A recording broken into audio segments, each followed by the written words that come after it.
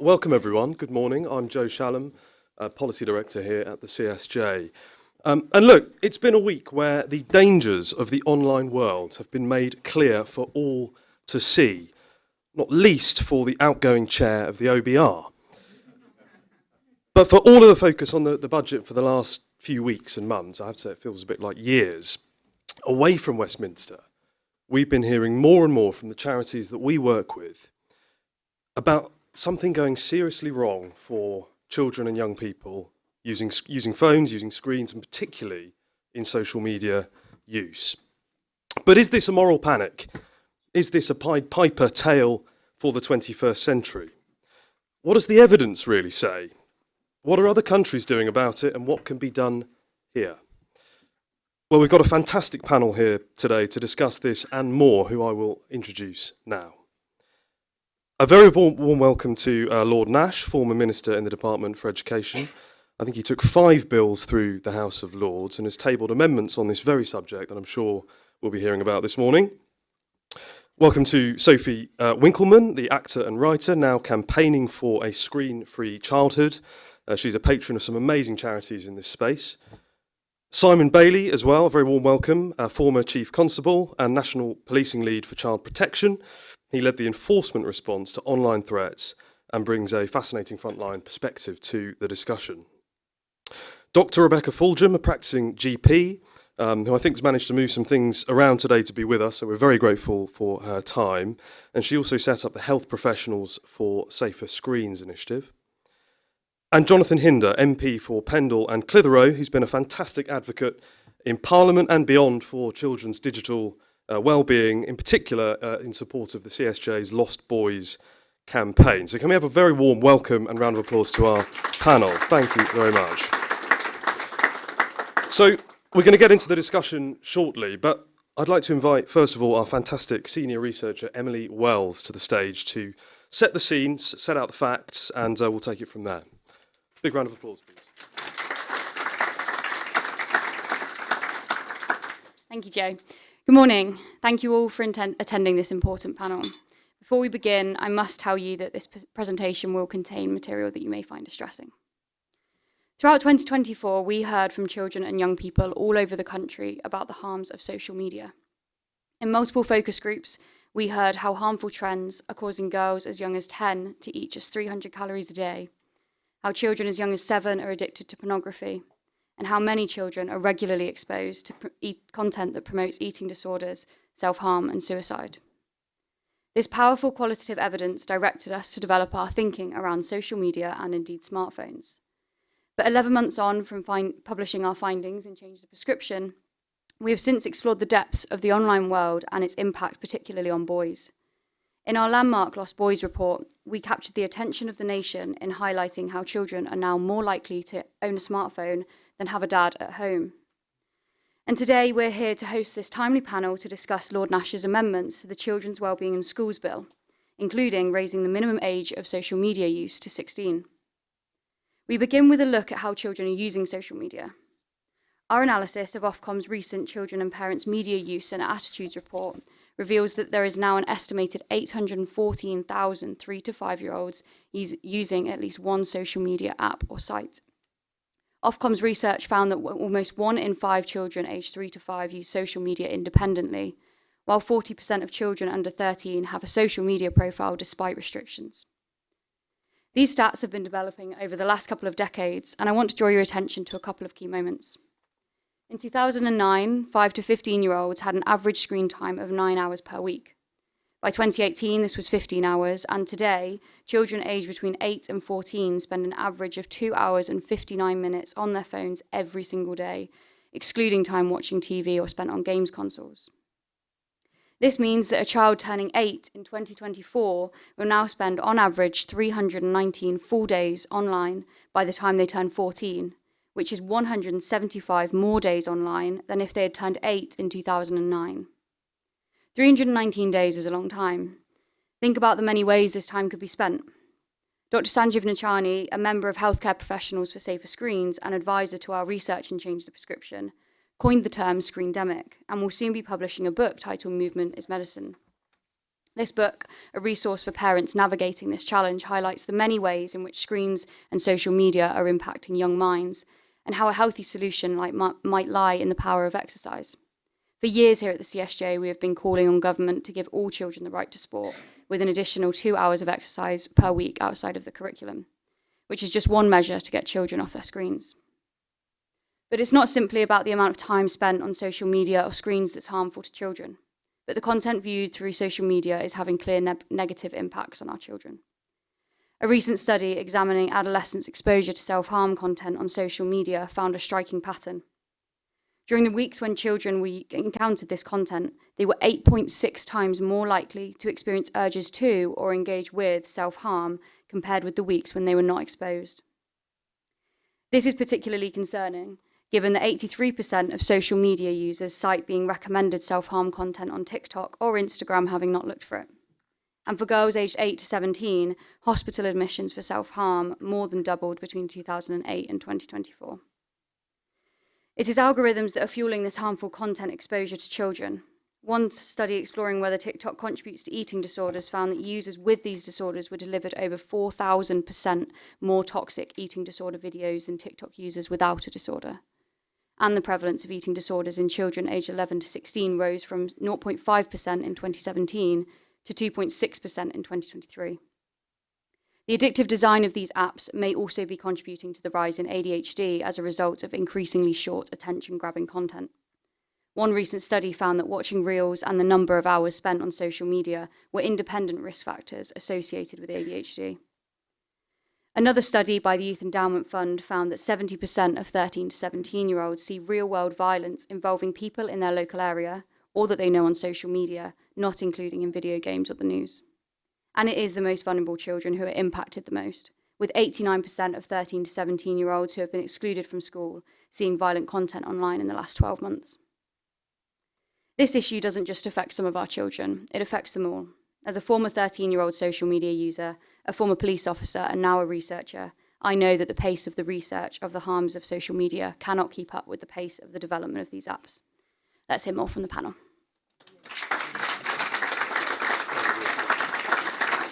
Thank you very, very much to Emily for that incredibly sobering presentation. We're going to get some reflections now, reaction from the panel, and then we'll open up for a bit of discussion, starting, if I may, with Lord Nash.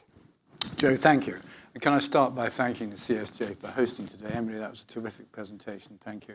I'm sure you all know CSJ do great work, and I know that organising today has been a lot of work, so thank you very much. I have an amendment down to the Children's Wellbeing in Schools Bill, which is currently going through Parliament, to raise the age limit for access to social media to 16. I believe that the one single thing we could do to improve children's well-being is to raise that limit. Why?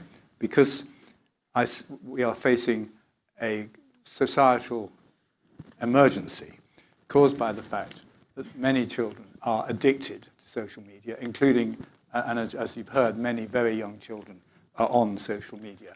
And I believe we need to act now. You'll hear today from our great panel about how our children are facing a health crisis, very much partly caused by social media. You'll hear how central social media is to gangs, county lines, radicalization, and you'll hear how excessive use of screen time, social media, and smartphones is affecting our children's education.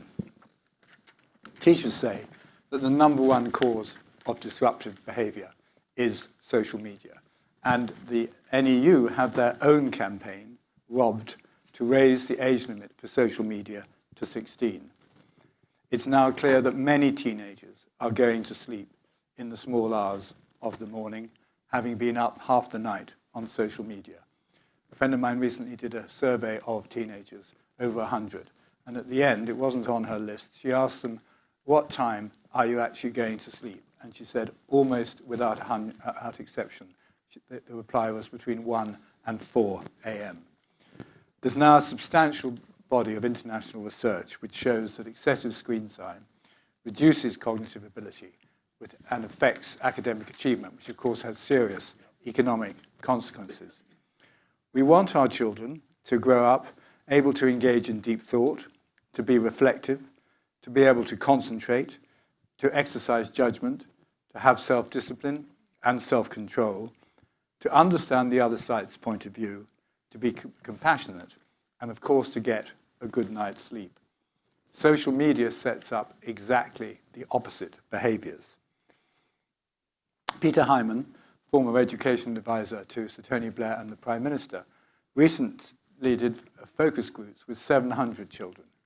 He started highly skeptical about the idea of raising the limit for access to social media to 16, and he concluded that it was something we had to do. He said it would go a long way to releasing young people from the grip of addiction. He said it was what many of them want, and we have a duty to support them in doing so.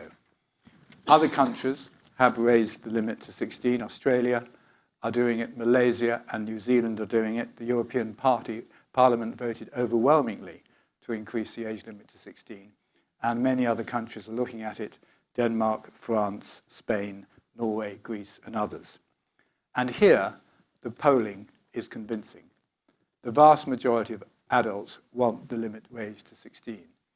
Indeed, 75% of Labour voters say they would support this, and 60% of voters say they would be more likely to vote for a party that raised the limit to 16. I recently had a meeting with the head of policy at Number 10, and he said the last time they looked at this with the Prime Minister, they felt the evidence was mixed. I said that it was very much not now mixed, and they said they would look at it again. So I hope that any of you who have influence with Number 10 here, that you can bring this to bear. Indeed, I hope that all of you, having listened to what you hear today, will support raising the age limit to 16. The Children's Wellbeing in Schools Bill comes back into the Lords in January for report, and that's when we need to get the amendment in. And I hope we can do that, because it would be a great pity to miss the moment. Thank you.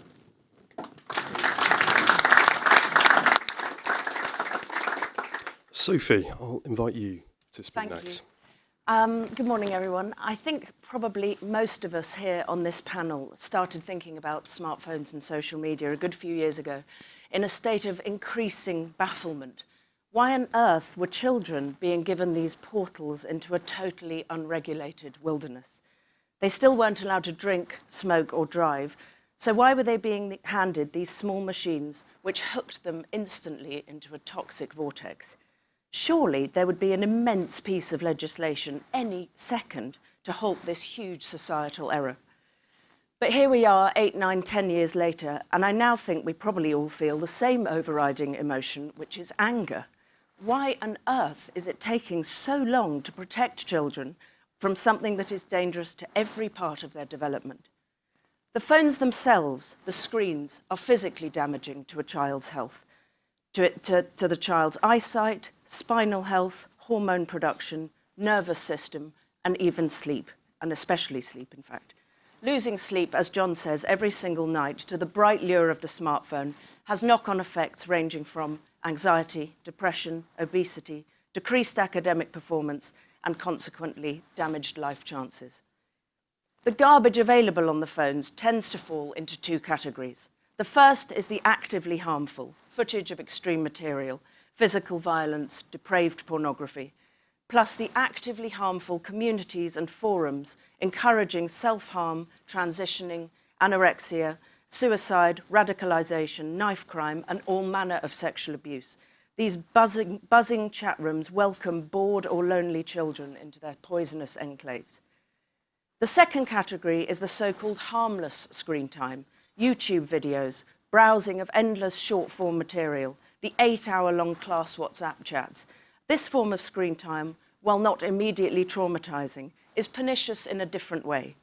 The opportunity cost, as John says and Emily says, the hours, days, weeks, and years of time wasted when children are glued to the internet rather than playing, reading books, writing stories, drawing pictures, making up games, thinking, or chatting with siblings is staggering. Children are now passive, agency-free victims of this all-conquering addiction.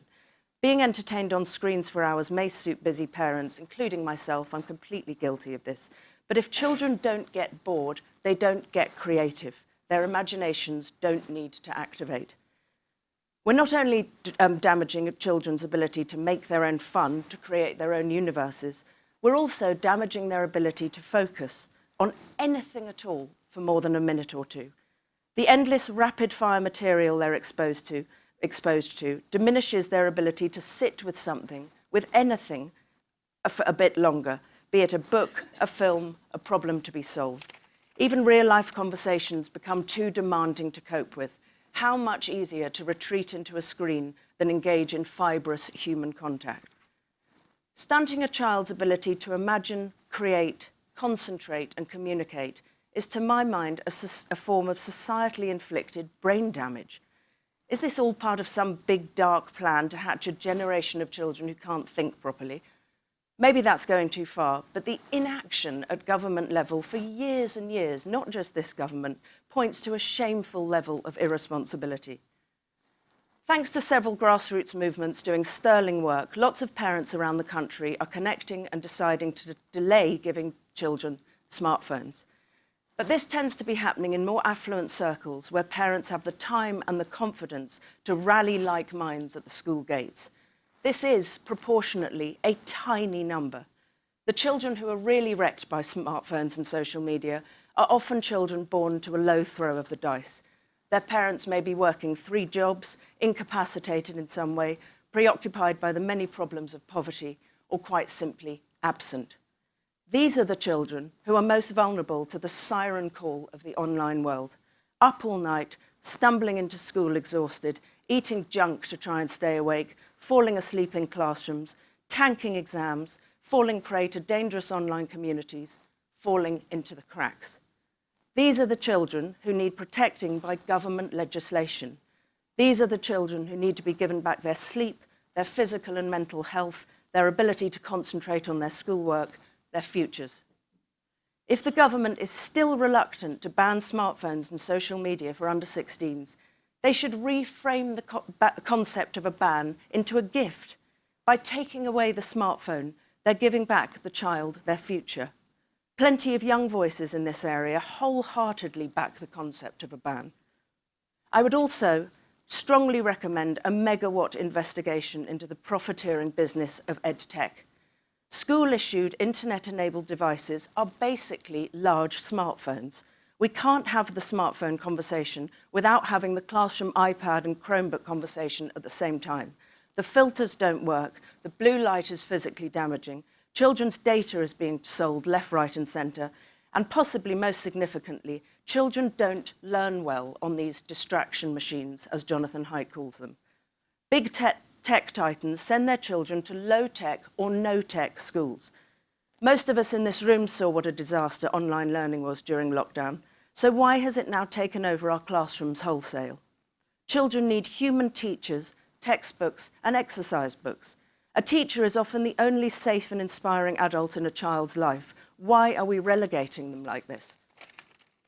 Teach tech by all means. I'm all for technology education, but EdTech, that's just big tech in a school uniform, as Emily Churkin puts it.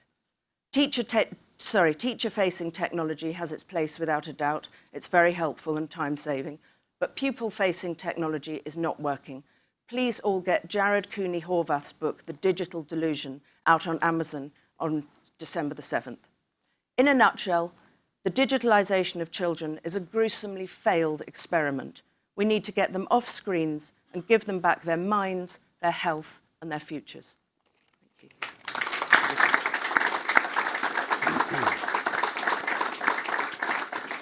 you. Simon. Lord Nash, CSJ colleagues, thank you for giving me the opportunity to talk to you this morning.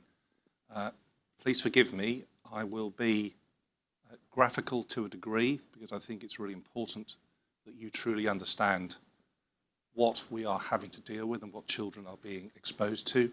And if anybody feels that's too much, please, I won't be offended if you leave the room. And please, CSJ colleagues, Lord Nash, I'm going to start with a slightly broader perspective because I think it's really important that colleagues appreciate where we've come from and where we have now got to.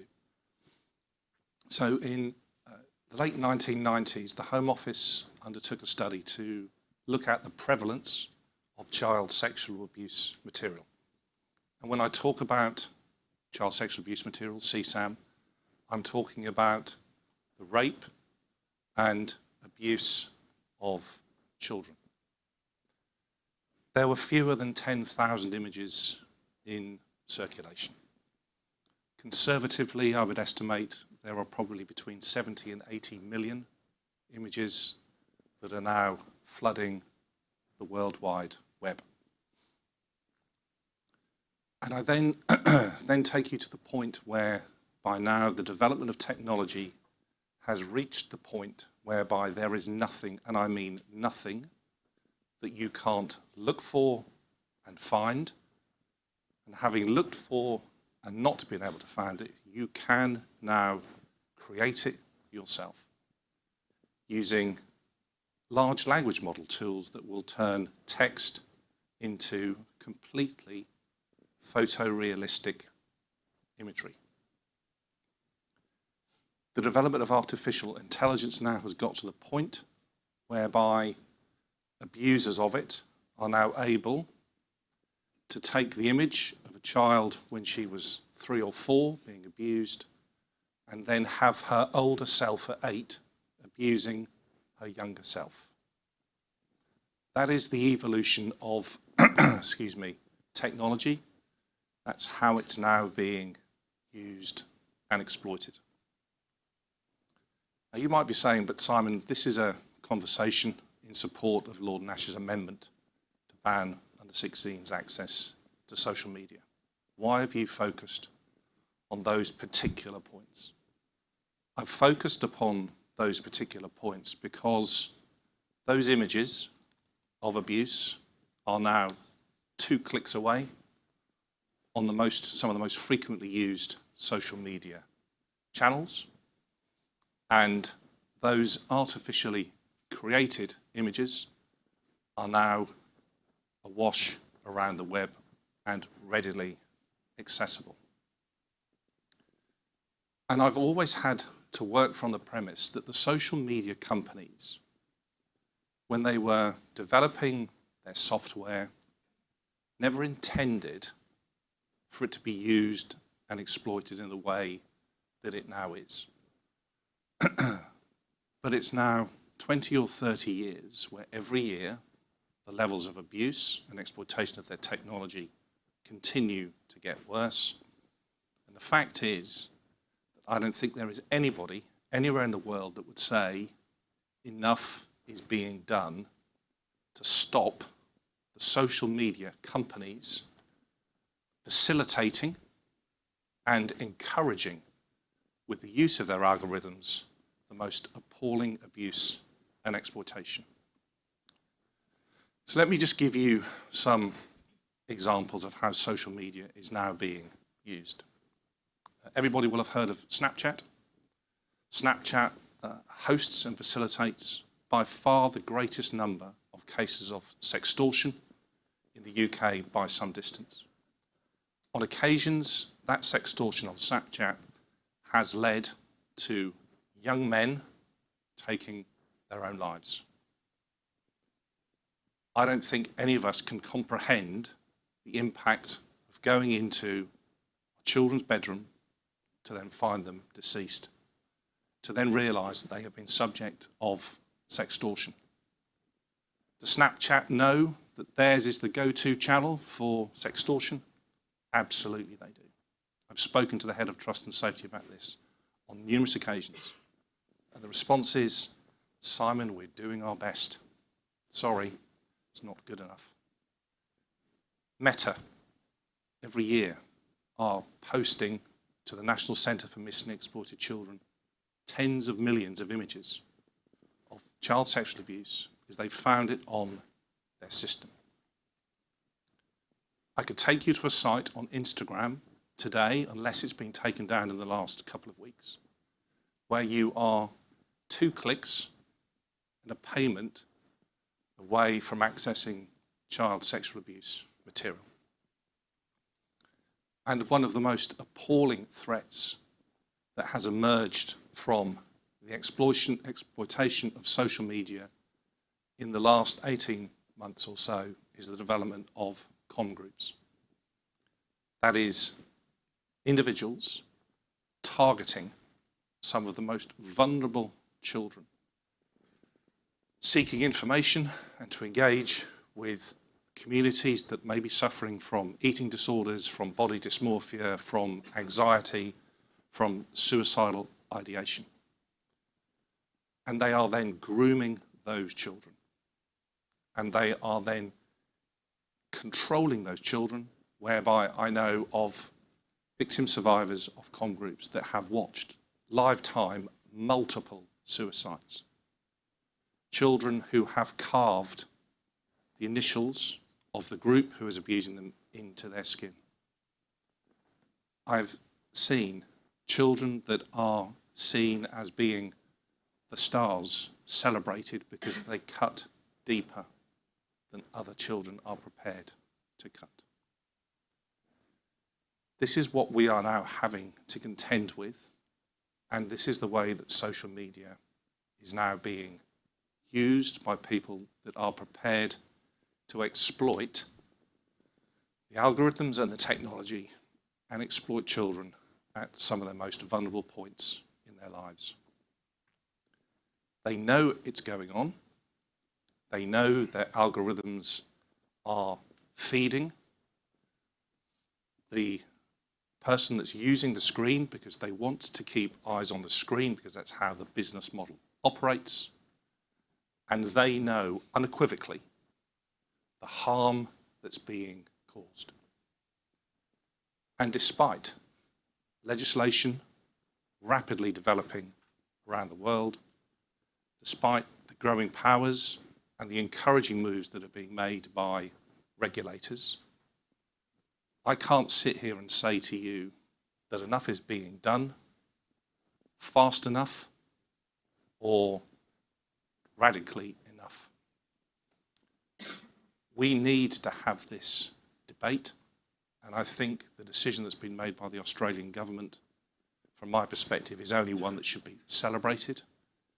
And I cannot speak more highly of Lord Nash's amendment, because I believe that we have a responsibility and we have a duty to protect our children from the harms that social media are facilitating, causing, and ultimately exploiting.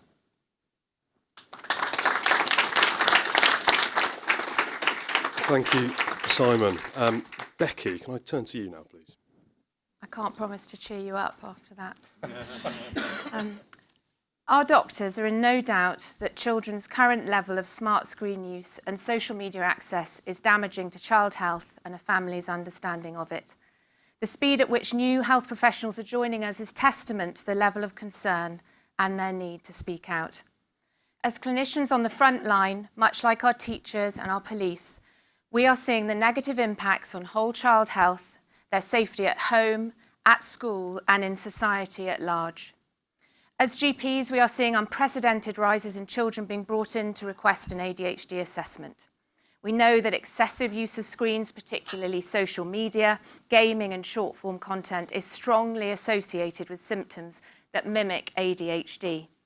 Many of these children will have genuine genetic ADHD that requires timely and specific support.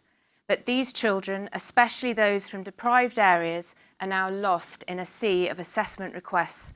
There is a 2-year waiting list just in our area alone. And during this wait, they often drop out of school and spend even more time on screens and gaming. Our child psychiatrists are reporting that when families remove screens, ADHD symptoms dramatically reduce, and in some instances, the diagnosis is avoided and the children with genuine ADHD are revealed. This issue of provoking or keeping children in illness or illness symptoms is seen repeatedly in other areas of child health on this issue. As Emily was saying, children with eating disorders are up to 4,000 times more likely to be sent eating disorder content. Children with low mood are frequently lured into an algorithmic race to the bottom of self-harm and suicide content. Suicide rates in girls under 20 have significantly increased over recent years, and self-harm rates have now become so high to be almost ubiquitous, being a teen or a preteen girl. UK data suggests 60% of adults and 90% of young people aged 12 to 17 do not contact medical or psychological services after self-harming. It is typically first reported during adolescence and is one of the most important predictors of subsequent suicidal behaviour. However, in practice, I can tell you that a teenage girl who is cutting is likely to be rejected by CAMHS and instead sent an app or a website for support. Non-fatal strangulation in children is increasing. Young relationships are a particular concern, with 1 in 2 of our aged 18 to 35s reporting being strangled or repeatedly strangled during sex. Our paediatric emergency consultants are reporting seeing significant increases in children coming in with this injury, children tying ligatures around their neck, some making serious attempts on their lives, others doing it out of boredom and curiosity. The chokehold or blackout challenge on TikTok is an incredibly dangerous variety of this sort of harm that our emergency doctors are seeing. This general increase in violence against child self is now being grimly matched by increasing violence towards each other. Children are now the single biggest perpetrators and generators of CSAM, and in practice we are observing an increase in children being cruel to animals, instances of young children killing or torturing family pets after watching how to do this online. It is often our most vulnerable children who are in this situation, with family who are the most difficult to reach by health professionals and the easiest to reach by predators. Health misinformation on social media and its impacts on young women is an issue that women's health leaders have collectively warned about earlier this year. Young women being falsely advised that hormonal contraception causes brain tumours, makes them suicidal, infertile or obese, has unsurprisingly resulted in a 50% drop-off in the uptake of oral contraception, and we now have our highest rates ever recorded of abortions. And teenage pregnancies are also back on the rise after decades of work to bring them down. In clinic, we used to have concerns about extended use of dummies. Now, young children sucking on a dummy whilst motionless and silent on a smart screen is a very common image. Our speech and language therapists are incredibly worried about the evidenced impacts of screen time on children's speech and language development. Children with these issues are 11 times more likely to be behind in maths and 6 times more likely to be behind in English. They have much higher rates of mental health issues, poorer long-term outcomes, job opportunities and life satisfaction. Yet we still do not ask routinely anything at all about children's screen use in speech and language assessments, and there is nothing about this in the Best Start for Life programme. There was uproar when pushchairs changed to front-facing away from their carers. Now we have smart screens attached to these pushchairs, and evidence is mounting around parents' own screen use is interfering with the child-carer bond and their global early years development. We know that the more screen time in this age group, the lower their language skills and academic ability, and the higher their peer problems. And very importantly, that lower screen use over childhood does not impede the development of digital competency. As doctors, we are more than aware that there are many issues that impact on child health, but it has become very clear now that smart screens are an extremely important modifiable risk factor. Why then are we not urgently modifying this risk factor with widespread public health messaging? We have become stuck in a rut of downstream thinking, much like Rachel Reeves' watering down of benefit eligibility requirements for children with ADHD. We need to be upstream, funding research in clinical settings, looking at what interventions work and those that don't. We need to be offering meaningful, practical help and advice that is visible to all children and the parents and frontline professionals that look after them. To quote Arabella, who runs HPFSS with me, if we are going to truly give children the best start in life and restore this country to growth and prosperity, then the government must treat this as the public health emergency that it is. At HPFSS, we fully endorse, John, the need for no social media before age 16, no smartphones in schools, and a public health campaign. These amendments are a ready-made opportunity to start this process without delay and show our children that we are putting their needs first.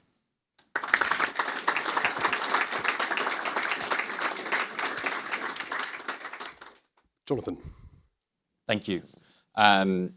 So apart from everything we've heard so far, how's social media for under-16s going? I'm not going to disagree with anything that's been said, but I thought I'd bring a more kind of political view to it, albeit as a backbench, very backbench Labour MP. A question for everyone in the audience, first of all. I mean, if we think about the impact of social media on adults, how would you say it impacts your life? Do you think you spend too much time on it? Is it probably making you a little bit more angry than you otherwise would be? Imagine subjecting that to a child whose brain is actually not well formed at all, and actually really struggles to regulate their own emotions already. I think it's worth thinking about what this is actually doing to adults. And if you start there, it's very clear that we shouldn't be running this experiment on children. We're kind of running an experiment on the whole of the Western world, as it is, but we shouldn't be doing it on children. And most people agree. And 86% of parents would agree that children shouldn't be on social media under 16. That's more in common. It's good polling data. And the opposition is always about enforcement. It's about how difficult it's going to be. And it's not about, okay, yes, but what's best for the common good? And, you know, technology has no morality, right? Technology can be an amazing thing, but it can also be evil. And it's up to human beings, legislators, leaders of all kinds, to insert the morality into these questions. And I think it actually exposes a divide, which I hope that my party will come on the right side of in the end. And it's not one of left or right, but it's about the politics of can and the politics of can't. It's the politics of, yes, we're going to do this. We're going to be bold. We're going to be radical. And the politics of, ooh, it's a little bit difficult. You know, the process might actually be quite difficult. And as I say, there's this kind of default position that technology is inherently good. Sometimes you hear people say, but how will they cope when they go out into the world? Well, I think they'll be okay. And it's just embedded into what modern life, that's the way it is. But in the scheme of human history, it's the blink of an eye. I didn't grow up with a smartphone or social media. And I'm not that old. I've had a tough paper round, but I'm not that old. So it's always about the process, the opposition. So we've made cultural shifts like this before on driving safety, smoking, all of these kind of things. And whenever you think about those things, they might have once seemed impossible until they weren't. They just got done. And actually, there was a lot of public support for them. And that is actually what is the most important thing here, is that, yes, okay, maybe some people will get around this. But are we really saying that if we legislated to say no, that we wouldn't see a dramatic reduction in the harm that is being caused to these children, a dramatic reduction in the amount that they are spending on social media? There will be people who get around it. There will be unregulated platforms which we're not aware of, and so forth. But we need to draw a line in the sand and say, this is what we as a society believe. And we believe this is incredibly damaging. And, you know, for the government, I would say there aren't many policies where there is overwhelming public support. It is basically free. And you can do it right now. So even from a self-interested political point of view, why is the government and why did the last government not grasp the nettle on this? I can't understand. And, you know, I've heard people make the kind of, I suppose, the libertarian argument. It's not for you to tell my children what to look at. It's a very fringe position, but just to address it, what this will actually do is relieve the burden from so many parents, because they know they can't do this on their own. It needs collective agreement across society to be able to deliver something like this. So they'll be relieved. I don't have to be the only one in the class whose child is actually being stopped from doing this. I can say, well, it's the law now, so it stops. And many parents now don't have the digital expertise, the time to actually enforce this. And it actually sets a universal standard which everyone can get around. And, this affects children who are the most disadvantaged most of all. Because they may be in multiple jobs, they may have many other commitments that mean that they are tempted to put their children in front of the iPhone or the iPad. So, I don't want to talk about the enforcement too much because, as I say, it's, for me, not the main issue here. But we can do this. We really can do this in a way that covers the vast majority of cases. And what's lacking is the political will. So, we should take the arguments seriously about the loopholes that might be there, but it shouldn't stop us from actually doing it. So I come back to the fundamental question to wrap up. Is it good for our kids or not? If we overwhelmingly agree that it's not, let's do something about it. And if some kids get around the ban, does that mean we shouldn't do it at all? Some kids managing to get hold of alcohol or buying some cigarettes still happens, but we say, we don't want that. And in the vast majority of cases, it doesn't happen. So we've got the consensus. Let's have a bit more of the politics of can. Let's be bold, grasp the nettle. Let's do this. I'm going to open up to the floor very shortly, but I'd just like to come back to Lord Nash, if I can, to ask just a bit about how you see the implementation of this, and is it something that we want to draw from the Australian model, or do you envisage a different approach? How do you see this actually working in practice? Well, firstly, my amendment nets into the Online Safety Act, so the penalty on social media companies if they don't have effective age verification could be very substantial indeed, massive fines. And also, because people have raised the point about children using VPNs to get around age verification, which they are using for gambling sites, for porn sites, I have another amendment down to the bill to raise the age of access to VPNs to 18. So I think that it would work, and we've drafted the amendment I hope, or my lawyer, who I hope is here somewhere, has drafted the amendment very effectively. He drafted Josh McAllister's bill, so I'm pretty confident it would work. And I'm interested in the wider panel's views on what parents can do now. I mean, what is the support that's out there? We know that a lot of them are feeling totally overwhelmed by this challenge.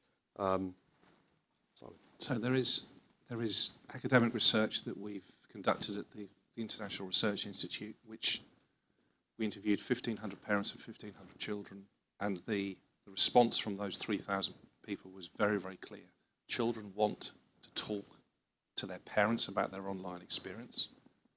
They want their parents to be interested in what they're seeing, what they're viewing, what they're being exposed to. And they want to be able to talk to their parents if they feel frightened or at risk of harm. And that, for me, is the most important thing. And if anybody ever says to me, Simon, what can I do? It's having an open, honest conversation from the outset. Tell them there's nothing that you can tell me that I'm not going to be able to deal with. Be confident, encourage it, because whether we like it or not at this moment in time, social media has become embedded into children's lives, and they no longer differentiate between the physical world and the online world. They are now completely merged. And parents need to appreciate that and understand it and pay far more interest in what their children are doing on their online space. And the research clearly shows that that's probably the most effective way of keeping your children safe online. I'm going to open up to the floor now, so raise your hand if you would like to ask a question, and I'll try and take maybe two at a time. This lady at the back, first of all, and then this gentleman at the front. that's okay. Hi there. First of all, thank you. We teach RSE relationships and sex ed in two boroughs, Hounslow and Richmond, two opposite boroughs.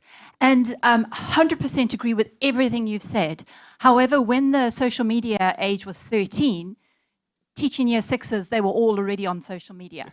So now we're going to 16. How do we implement this? How do we help parents? Because often, like you said, it's a class divide. There are some parents we don't have to tell this to, but there's parents who just can't. How do we help the implementation of this? Because 100% can back everything everybody has said. How do we help parents know, and how do we enforce or implement this? Thank you. We'll just take the mic down the front, if that's okay. Is that all right, just to pass it down? Thank you. Thank you very much. What a powerful set of presentations. Thank you so much. I'm James Bethell, member of the House of Lords, big supporter of John's amendment. My question is mainly to the two parliamentarians, but also to everyone. When I worked on the Online Safety Act and brought in age verification for pornography, I was conscious of a massive pushback from the technology industry in the corridors of power, in Downing Street, in DCIT, making the case for investment, making the case for frictionless access for consumers to the technologies, and bluntly making the case that children were an important part of the digital economy, and if you got rid of them, that might account for 5, 10, 15% of their revenues, which would hit their share price and their ability to invest in important technologies. In other words, there is a really powerful lobbying effort backed by research and political muscle to fight exactly the kind of measures that you, John, are seeking to introduce. So what is your strategy for dealing with that? Thank you. So we've got a question now on the class divide and taking on the tech giants. Who'd like to take them on? Well, I think we have to accept that their business model is focused on addiction and algorithms, and they are not going to be motivated to do anything about it. And I have some experience of this from when I was Minister for Counter-Extremism at the Department of Education, and the Home Office asked for my help because they were failing to get the social media channels to take down extremist material, because they were saying there was a 49% risk of a false positive. And they were told by GCHQ that was nonsense, but they needed somebody independent to verify that. So I introduced them to somebody who actually produced a bot to take down 98-point-something% of terrorist material with a 0.00% chance of a false positive. So they can do it, but it's not in their interest to do it. So it's quite clear to me they won't. So we're not asking them to change their model. We're just asking them to not allow children to access it until they're 16. And in terms of implementation, if we make it very penal not to have effective age verification, if we don't allow children to get onto VPNs, and we send a message, and we have a campaign to make children, parents much more aware of the dangers, then I think it will be effective. It won't be perfect, but it'll be much more effective, rather in the way that, as people have said, smoking or wearing seatbelts or whatever has actually, over time, worked. I think, as Becky said, it should be in the red book. When you have a baby, it should be in that book. Don't let your child near a screen. And I think if there's a big public health emergency warning, ideally issued by the NHS for babies to 16-year-olds, it'll be very hard for parents to push against that. It's why the doctors are such an important part of this. Saying this is bad for your child's mental and physical health be a lot harder for those parents to say, oh, it's too late, can't do it. So, yeah. And it gives them more confidence as well. So I think a bit like parents used to be very confident, get off the TV and go outside. They seem to have lost that confidence with smart screens, and I think it's because they're being slightly coerced that children need to be on this stuff for their digital literacy, their ability to function in the online world. Even worse, the fact that parents of vulnerable children are being told children with ADHD, autism, other vulnerabilities need this. It's such a horrible and misleading myth that's been just put on parents, so they're completely confused. And so I think we need to change the messaging, give the facts around children with vulnerabilities, and that's they're more at risk of harm. They're more likely to be on these screens for longer periods of time unsupervised, with no evidence that they need it in an additional way. And if we do, that has to be very specific and tailored to that child and moderated. All that messaging is not public at the moment. It's totally lost. And schools, a bit like they have healthy school dinners, I think they're a real domain to put out public health messaging around phones and screens, about the impacts on eyesight. None of the parents I speak to know about that. Sleep, effects on diet, their general physical health. And I think school's such a perfect auditorium to do that. And teachers are great at relating that message to the parents and the children. So that's a bit of a missed opportunity at the moment. But that will be all part of a proper public health campaign, I would hope. Can I just pick up? So I couldn't agree more, Becky, with the whole public health issue, and we need to shine more of a light on this. And we need to start becoming more comfortable with what I would describe as the really difficult conversations, because nobody wants to talk about the difficult issues that I've aired. And when your parents were to hear that, I think they become far more engaged. James, just in terms of the political dynamics to this, there is no doubt at all that the tech industry is fabulously well funded. They spend hundreds of millions on lobbyists, and of course politicians are going to have them in their ears saying, you can't do this, you can't do this. But just think about the impact on us and the income. I think there is an incredibly powerful argument that we have yet to effectively mobilise that actually says, what's the cost to our economy on the harm that's being done? The harm that children are suffering. Just look at the CAMHS waiting lists. Just look at the GP appointments. Look at the children that are ending up with really significant mental health problems. The long-term impact of this on our economy, I don't think we truly understand yet. And that doesn't take into consideration the trauma that frontline workers are being exposed to. I think we're sitting on a bit of a ticking time bomb here, because to be subjected to what frontline practitioners are now having to routinely view is worrying, and I've seen instances of real harm being caused. And I think there's a powerful argument that says, okay, we're prepared to take a bit of a hit here because the long-term impact upon our own well-being and our own economy is so significant that we'll wear it. Going to take some more questions now. This lady at the back and this lady, Cara, at the back. Hi, I'm Victoria Collins, Lib Dem spokesperson on Science, Innovation, Technology, and I just first wanted to congratulate you on an excellent panel. I think, you know, the insights were incredible. I think we're all very moved with what was here, of what was discussed. And I think what's really insidious about all this, it's not just the extreme content anymore, but it's that element of addiction, and actually the time that's spent online is something we've been calling on public health warnings as well. So absolutely back that. But what I really want to make sure is that tech companies or these social media giants can't walk away and say, oh, well, you know, now it's over 16 or now it's adults, we don't need to clean up the mess left behind, and kind of and shirk their responsibility around that. So I'd just love some thoughts on that element. Take Cara's question and then we'll put to the panel.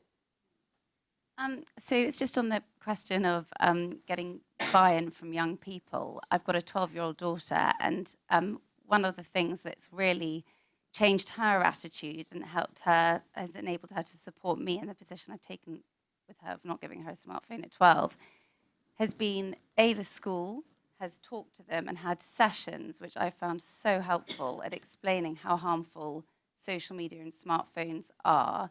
So is there a role for the schools? Because when a child's hearing it from the authority of a school, it can get through to the child in a different way to a parent saying it.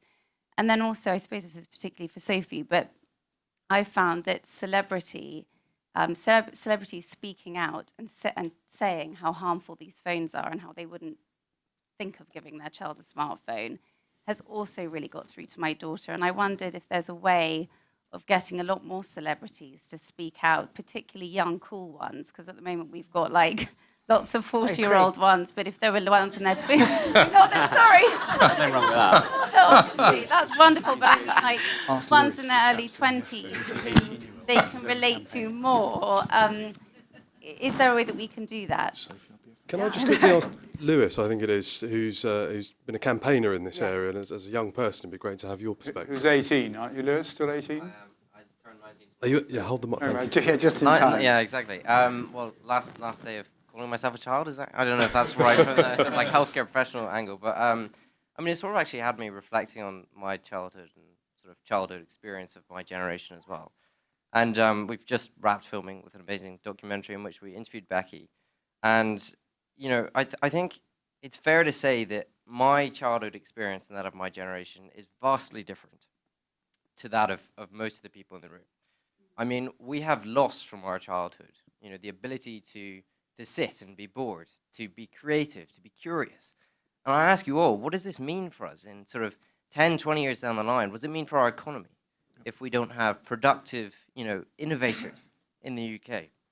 And I think as well, like, just on the topic of gaining buy-in from young people, I think, well, firstly, Sophie, I think you're amazing and a real inspiration. But also, yes, it would be amazing to have more sort of like celebrities of my age. And I think I personally don't like the phrasing of a ban. I think that piece of legislation is amazing. I wholeheartedly back it. But I think saying to young people, look, this is a change of the age limitation from 13 to 16 is a much better way of presenting it to young people in particular. And I suppose really my question now, having worked in the space for a little while, and I suppose it's a question for Jonathan, is, you know, what more can we do? What more can coalitions of young people do to help pass through this legislation? Because there's an enormous cost of inaction on this issue. And obviously, you know, it would be the perfect Christmas gift for my generation to actually pass this through as soon as possible. So what more can we do to help to get this done? Very well said, I have to say.